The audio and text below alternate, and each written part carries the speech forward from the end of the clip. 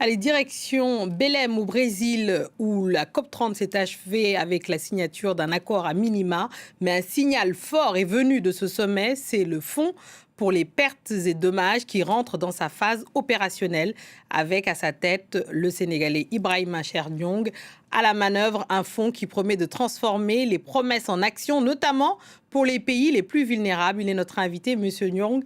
Merci et bienvenue dans votre journal de l'Afrique.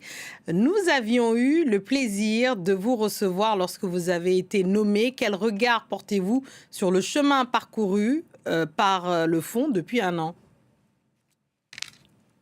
Mais cela a quand même fait 3 décennies qu'on parle de ce fonds. Je pense que ça a suscité énormément d'espoir.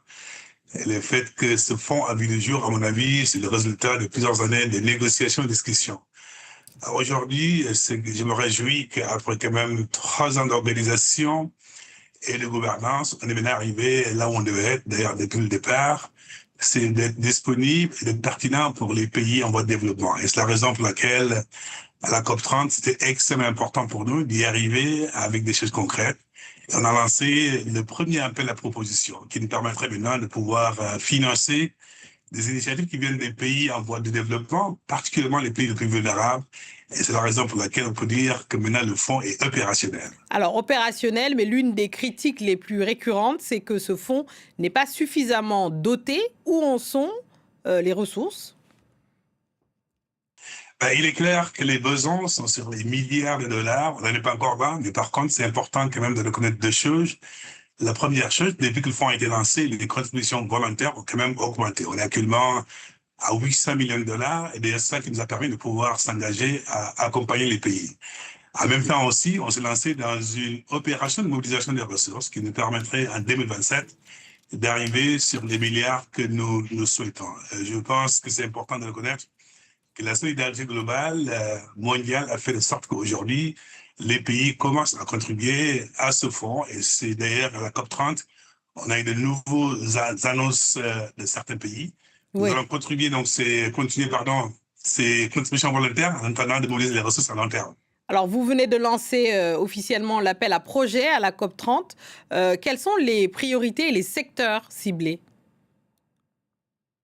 Alors, ce qu'on a lancé, c'est 250 millions de dollars et principalement des subventions aux pays. Reconnaissant effectivement qu'aujourd'hui, c'est important qu'on commence par des subventions.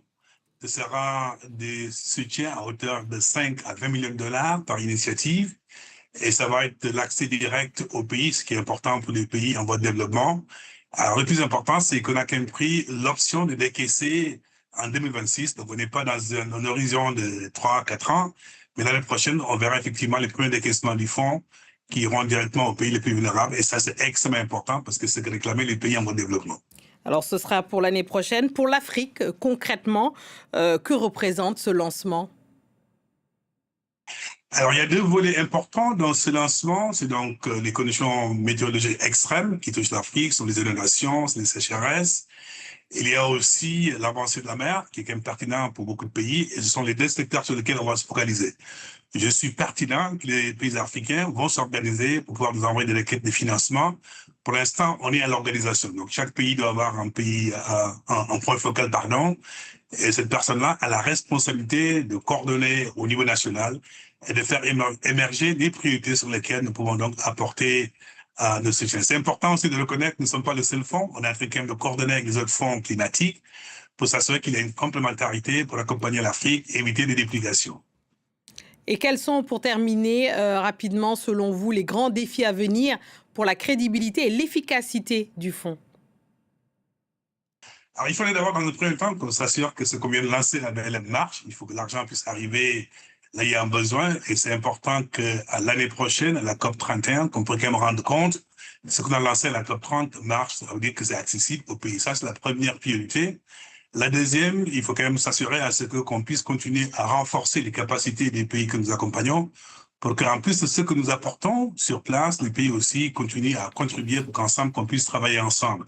Je pense que la dernière priorité, extrêmement important, il faut accélérer la mobilisation des ressources et nous amener vers les milliards de dollars qu'on attend de ce fonds pour qu'on puisse passer moins de temps à mobiliser les ressources et passer plus de temps à mettre en place les fonds que nous avons reçus pour que personne ne soit laissé derrière Et c'est la raison pour laquelle je m'engage en tant que directeur exécutif à travailler avec les partenaires pour que ce fonds continue à être pertinent pour les pays les plus touchés, notamment les pays les plus vulnérables. Merci infiniment d'être venu, Monsieur Cherniong, ici au JTA de France 24. Merci beaucoup.